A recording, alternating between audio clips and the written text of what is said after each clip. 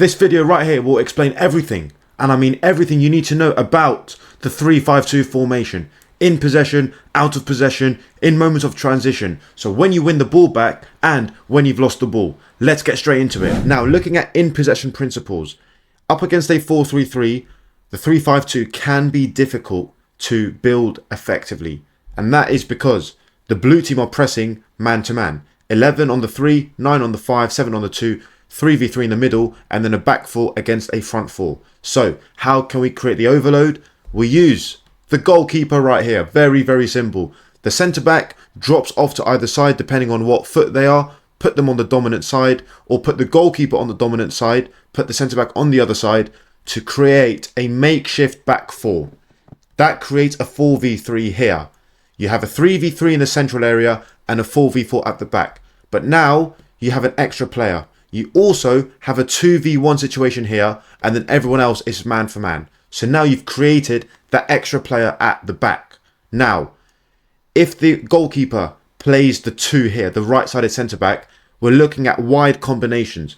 We're looking at a potential horseshoe pattern of play to draw the opposition towards the ball for that switch onto the far side. So as the 2 gets the ball here, with pressure from the 7, it could be that the 11 makes a quick check-back movement, drop in towards the ball with the 3 right behind them. But because they know that, as they receive the ball, the midfield are offering under the ball. So maybe as the ball has gone to the 11, the 6 is making a run here to open up space for the 4 to receive the ball.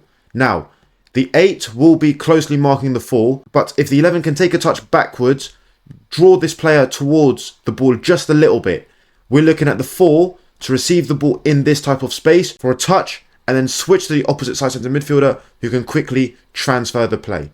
And as that ball goes here, maybe the left centre back can be adventurous and overlap or underlap. So as the ball is going here, now the 10 is pressing the 8, turn, play. As that's happening, this player is on the run. So when the ball's here, making that forward run, making that overlap. So when the wing back receives the ball, now there's a 2v1 situation on the far side.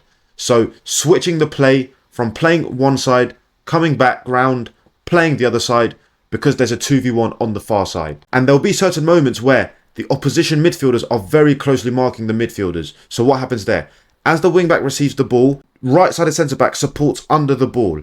This winger won't be here. They will be around this area here because they would have just followed where the ball is, trying to press the wing back. The wing back can play back to the right-sided centre-back. This 7 will press. Now we're looking at bravery. Ball playing goalkeeper to receive the ball because they would have shuffled across here. And then can we transfer the ball? It could be a pass into the 5, 2 touches out to the 3, and then this player drives with the ball. Or it could be the goalkeeper gets the ball. If the 9 is pressing and the 11 is here, the 5 receives the ball. And then it could be that the 8 moves into this wide space here. And the reason is, if the wing back stays high, pinning the opposition fullback, there's so much space here. So then the left centre-back drops deep as they receive the ball. So in the duration of this pass, this number 8 is moving into this wide space here. The ball goes here. The 8 is already out wide. So then if this 10 follows, look at this amount of space. We can get the 9 to drop in and receive the ball, drawing out a centre-back with them. Maybe the centre defensive midfielder supports underneath. And then it could be a pass into the 10. Straight away, you're creating a counter-attacking scenario, even though you've had the ball from the start. And then if the 10 stays central, because obviously they're thinking, wait, I can't abandon my central space. The 8 receives the ball with a bit of space. Now they'll have the pressure. And then it could be a situation where they're playing a pass, but then they're following their pass under the ball. So as you're playing the pass, you're underneath the ball for that set, spinning behind. And then this wing back is making a run forward. And then from here, it's about being aggressive. It's about being dynamic. Maybe there is a switch of play out to this player here. Or as that's happened, obviously the back 3 have now tucked in. And there could be a scenario where the switch to the right centre-back is on. And then as the right centre-back receives the ball to drive, then you have a 2v1 on this side of the pitch. Very, very simple. So building on one side of the pitch, transferring the ball, a little combination from the wide space into the central space to switch out to the other side where there is a 2v1. Then the right centre-back can be aggressive, adventurous, make an underlap, make an overlap. wing back could go 1v1 with the opposition fullback, get a cross into the box, where you have the two strikers, the opposite wing back hitting the box, one of the eights on the edge of the box. So this is what it could look like in the final third.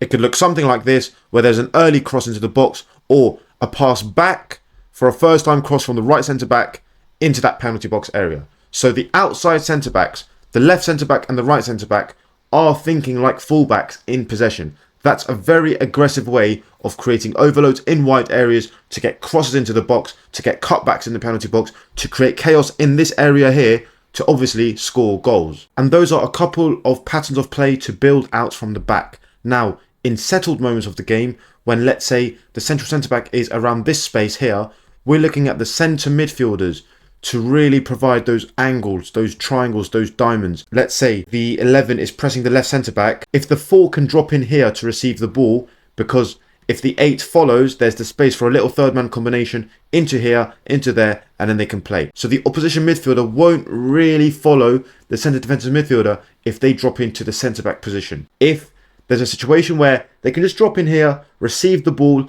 then there's pressure, then we're looking at the 8 to stay in that little pocket of space to receive the ball on the half turn and then play. Or if they're being closely marked, under pressure, can they take their touch inside, look for a quick transfer of play here, and then as they play the 11, it could be that the right centre-back is making that underlap or overlap, once again, to create that 2v1 out wide. Also, the same pattern of play that we spoke about in build-up can be implemented further up the pitch, where the central centre-back plays the right centre-back with pressure, plays the wing-back. Then we're looking at potential combination 1 and then 2. Quick 2-touch football for crossing opportunities, for cutback opportunities. We could also look at midfield rotations where the 4 moves away from the ball, then the 6 drops in, and then as the 6 receives the ball here, under pressure, we're looking at potentially the 10, one of the strikers dropping in to receive the ball, and then having a shot on goal, driving with the ball, playing combination with the 9, switching the play to the opposite wing back or to the near side wing back, making an underlap.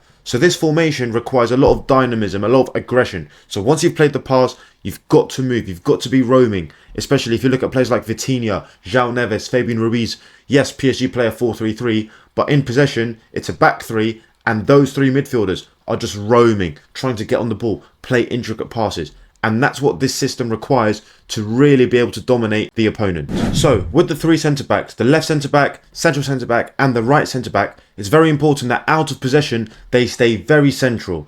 With the 2 wing-backs really tracking back to make that back 5 system with the 3 midfielders here, and then the front 2. The 5-3-2 formation defensively is very solid. So let's say the opposition left-back has the ball here. This right wing-back will press the fullback with the rest of the back 4 shuffling across to maintain that very solid back 4 structure. As the pass goes back, because it's a man-for-man press, if you notice, every single red player has a blue player to press.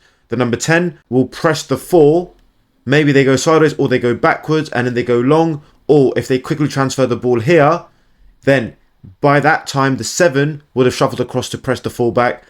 This would happen like this. So there's always a back 4 out of possession. So one wing back can engage at a time, with the rest of the shape being like this, leaving the opposite side free. That's how you can really stay compact, especially having a 3v3 scenario in the central space as well. So 3v3 in the middle, and the back 5 are shuffling in that horseshoe shape to press the fullbacks. Now, if they play centrally, where it's a 3v3 situation, it's down to the 1v1 battles. I cannot stress how important it is that the centre midfielders win their 1v1 battles, because if this 6 is good enough to spin away from the pressure of the red number 8, which can happen as well, which is why individual tactics are extremely important, individual ability. If the 6 can find a way out of that pressure, now there's a spare player, and that is the number 6. So the 6 could maybe play the 10, because the 4 might press the ball, so the 10 gets the ball in space, and now there are problems. So having 3 centre midfielders who are athletic, strong, dynamic, smart as well, that will really create a solid back 5 system. If the team can be very brave, they could keep their wing backs high to press the fullbacks like this, with the back 3 going man for man like that. against the opposition front three. So it's literally a man-for-man game. That requires bravery. That requires a bit of tactical understanding from the players. So for example, when the ball is here and it's a man-for-man press like this, maybe this player can drop back a little bit, just as we just discussed earlier, to create that back four system. But extra bravery means that this player stays high, and perhaps if there's a long ball here, right, let's say the number 9 gets in line, the 10 is around here, and they've left this side free, what can happen is this type of switch. Or here, set, play out wide. Now, that's why it's important that if you're pressing very high and we can anticipate a long ball, that maybe the 4 drops in to create a back 4 just like this. So it can turn into a 4-2-4 with the 10 being marked by the 4. But even if the 10 is spare, the 4 is still prioritising that central space to allow the left centre-back to become a left-back in this given moment. That is extremely crucial to having a system that can defend long balls, especially with the back 3 constantly having to deal with aerial duels. Sometimes it can happen if they have a big striker, they can flick it on and there are problems. So it's better to give yourself that extra player at the back, and then that could give you the right amount of cover as well.